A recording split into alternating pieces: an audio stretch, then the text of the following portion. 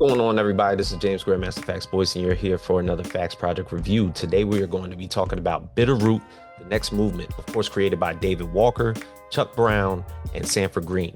And already off the gate, Sanford Greene's artwork is just impeccable, remarkable. The way that he draws not only the characters that he's driven, but the way that he describes all these monsters and the way that they're put together is just something to behold. So I had to put that away first. But we continue going back into where this particular book was launched in 2018. The story of the Sangerye family in 1920s Harlem went on to 3 particular volumes through Image Comics and Eisner-winning series. And yet, always the calls from a lot of us that said we need more of the Sangerye family. And what did they do? Was they take the series that ended pretty much harboring the tutelage of the 3 youngest kids in the comic series, which were Mariah, Nadia, and Cotton. And probably what I'm thinking is time jumped to the 1960s inside of the civil rights movement. So you're going into the Harlem Renaissance 1920s, into the 1960s, Deep South civil rights movement. And still, monsters are amongst us throughout the world. But the thing is, what they've been battling for eons, the recorded human history that they talk about in the beginning of the book is 5,000 years of human history.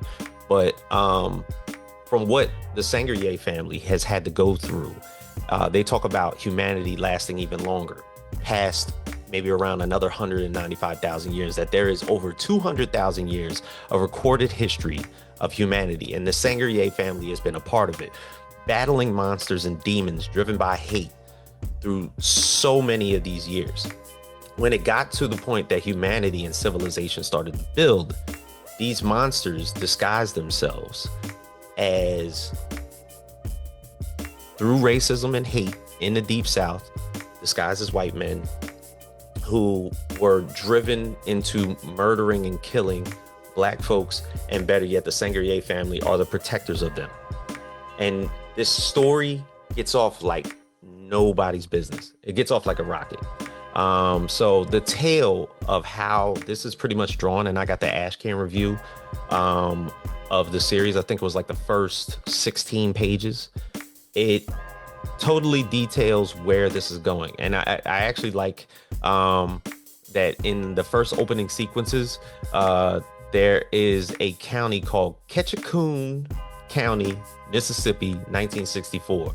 And there's a bunch of travelers coming from New York City on a bus down to Mississippi to more than likely join in the protest of the civil rights movement. And it's funny because the bus is stopped in the middle of the street, and it's the Deep South. So there's already a roadblock and a checkpoint that they have to cross.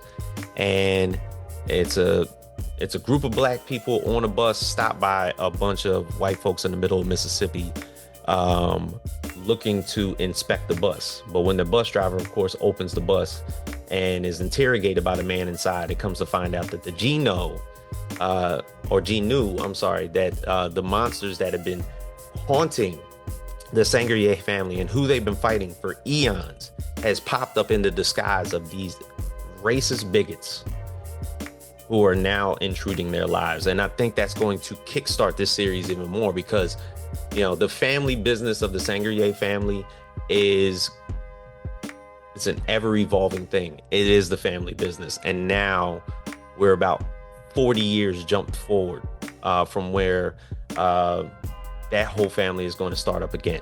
So I'm very happy that Image Comics brought this particular series back. I'm very happy that David Walker, Sanford Greene, and Chuck Brown got back together to put this to page. And I look forward to talking about this entire series. It's going to be a 5-issue miniseries, and can't wait. All right. So for everybody here at the Facts Project, look for more Bitterroot, the next movement, which just dropped this week. So if you haven't had a chance to go to your comic shop and pick that up, please feel free to do so.